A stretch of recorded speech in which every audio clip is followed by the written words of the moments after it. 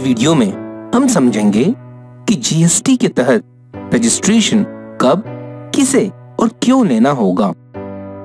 GST कानून के तहत रजिस्ट्रेशन का अर्थ है एक विशिष्ट पहचान संख्या प्राप्त करना, जिसकी सहायता से रजिस्टर्ड व्यक्ति अपने ग्राहकों से कर ले सकेगा और उसके द्वारा भुगतान किए गए इनपुट टैक्स क्रेडिट का दावा भी कर सकेगा। इस विशिष्ट पहचान संख्या को GSTIN के रूप में जाना जाएगा, जिसमें 15 अंक होंगे। GSTIN के पहले 2 अंक स्टेट कोड हैं, अगले 10 अंक परमानेंट अकाउंट नंबर हैं और अगले 2 अंक एंटिटी कोड हैं और अंतिम अंक चेक सम नंबर है। हर वो सप्लायर जिसका एक वित्तीय वर्ष में एग्रीगेट टर्नओवर 20 लाख रुपए से अधिक है, उसे जीएसटी के तहत रजिस्ट्रेशन लेना होगा। हालांकि विशेष श्रेणी के राज्यों जैसे असम, अरुणाचल प्रदेश, जम्मू और कश्मीर, हिमाचल प्रदेश, उत्तराखंड, मणिपुर, मिजोरम, सिक्किम, मेघालय, नागालैंड और त्रिपुरा में रजिस्ट्रेशन शुरू करने की आवश्यकता तभी होगी यदि एग्रीगेट टर्नओवर 10 लाख रुपए से अधिक है। एग्रीगेट टर्नओवर में सभी तरह की सप्लाईज को शामिल करना होगा, जैसे कि intrastate supply, exempt supply, export और इंटरस्टेट सप्लाई। आइए इसे एक उदाहरण से समझते हैं।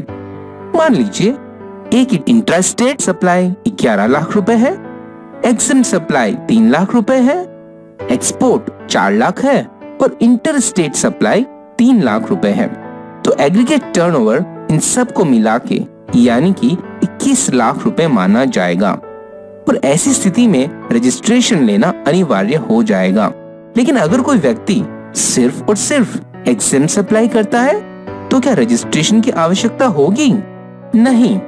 अगर कोई व्यक्ति सिर्फ और सिर्फ एग्जेम्प्ट सप्लाई करता है तो रजिस्ट्रेशन की कोई आवश्यकता नहीं होगी।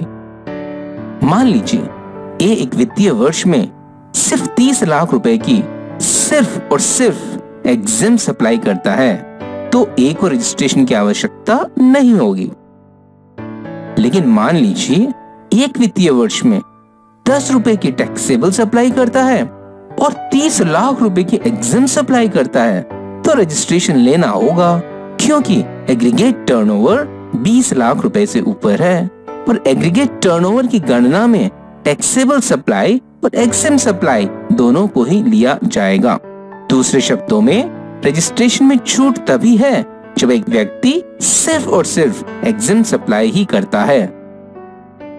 एग्रीगेट टर्नओवर की गणना परमानेंट अकाउंट नंबर के आधार पर की जाएगी, न कि राज्य के आधार पर। मान लीजिए एक ही सप्लाई हरियाणा में 11 लाख रुपए है और राजस्थान में 12 लाख रुपए है, तो ऐसे व्यक्ति को जीएसटी में रजिस्ट्रेशन लेना होगा, क्योंकि एक ही परमानेंट अकाउंट नंबर के अंतर्गत कुल सप्लाई 20 लाख रुपए से ज्यादा है। दूसरे शब्दों में रजिस्ट्रेशन लेना है कि नहीं, यह इस बात पर निर्भर करेगा कि आपका सब राज्यों के टर्नओवर को जोड़कर कितना एग्रीगेट टर्नओवर है। लेकिन हर राज्य के लिए अलग अलग रजिस्ट्रेशन लेना होगा। अभी अभी हमने एक ऐसे सप्लायर का उदाहरण समझा था जो हरियाणा और राजस्थान दोनों से सप्लाई करता है। इस उदाहरण में एक को राजस्थान और हरियाणा दोनों ही राज्यों में अलग अलग रजिस्ट्रेशन लेना होगा। यदि एक ही राज्य में एक से अधिक स्थान पर कारोबार होता है तो ऐसी स्थिति में केवल एक ही रजिस्ट्रेशन की आवश्यकता होगी। एक स्थान को व्यवसाय के प्रिंसिपल प्लेस ऑफ बिजनेस के रूप में घोषित किया जा सकता है और अन्य स्थानों को व्यवसाय के एडिशनल प्लेसेस ऑफ बिजनेस के रूप में घोषित किया जा सकता है। हालांकि जब किसी सप्लायर के एक ही राज्य के अंदर अलग अलग बिजनेस वर्टिकल्स होते हैं तो वह एक ही राज्य के भीतर विभिन्न वर्टिकल्स के लिए अलग अलग रजिस्ट्रेशन भी ले सकता है। लेकिन सामान्य व्यापारियों को एक राज्य में एक ही रजिस्ट्रेशन लेना ठीक होगा। जीएसटी के तहत सभी करों जैसे सीजीएसटी, एसजीएसटी और आईजीएसटी के लिए एक ही रजिस्ट्रेशन होगा। जीएसटी के तहत कुछ व्यक्तियों को रजिस्ट्रेशन लेना ही होगा, चाहे उनका टर्नओवर कितना भी हो। जैसे ऐसे व्यक्ति जो इंटरस्टेट सप्लाई करते हैं, ऐसे कैजुअल टैक्सेबल व्यक्ति जो टैक्सेबल सप्लाई करते हैं। कैजुअल टैक्सेबल व्यक्ति ऐसे व्यक्ति को कहते हैं जो भारत के एक राज्य में रजिस्टर्ड है, लेकिन कभी कभी किसी ऐसे राज्य से सप्लाई करता है जहां उसके व्यवसाय का कोई निश्चित स्थान नहीं है। ऐसे व्यक्ति जिन्हें रिवर्स चार्ज के तहत कर का भुगतान करना होगा। इलेक्ट्रॉनिक कॉमर्स ऑपरेटर, ऐसे व्यक्ति जो इलेक्ट्रॉनिक कॉमर्स ऑपरेटर के माध्यम से सप्लाई करते हैं।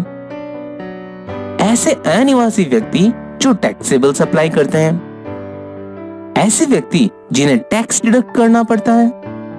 ऐसे व्यक्ति जो अन्य टैक्सेबल व्यक्तियों की ओर से टैक्सेबल सप्लाई करते हैं। उदाहरण के लिए एक एजेंट जो अपने प्रिंसिपल की जगह टैक्सेबल सप्लाई करता है। इनपुट सर्विस डिस्ट्रीब्यूटर, और ऐसे व्यक्ति जो भारत के बाहर से एक नॉन रजिस्टर्ड व्यक्ति को ऑनलाइन इंफॉर्मेशन और डेटाबेस एक्सेस या रिट्रीवल सर्विस प्रदान करते हैं।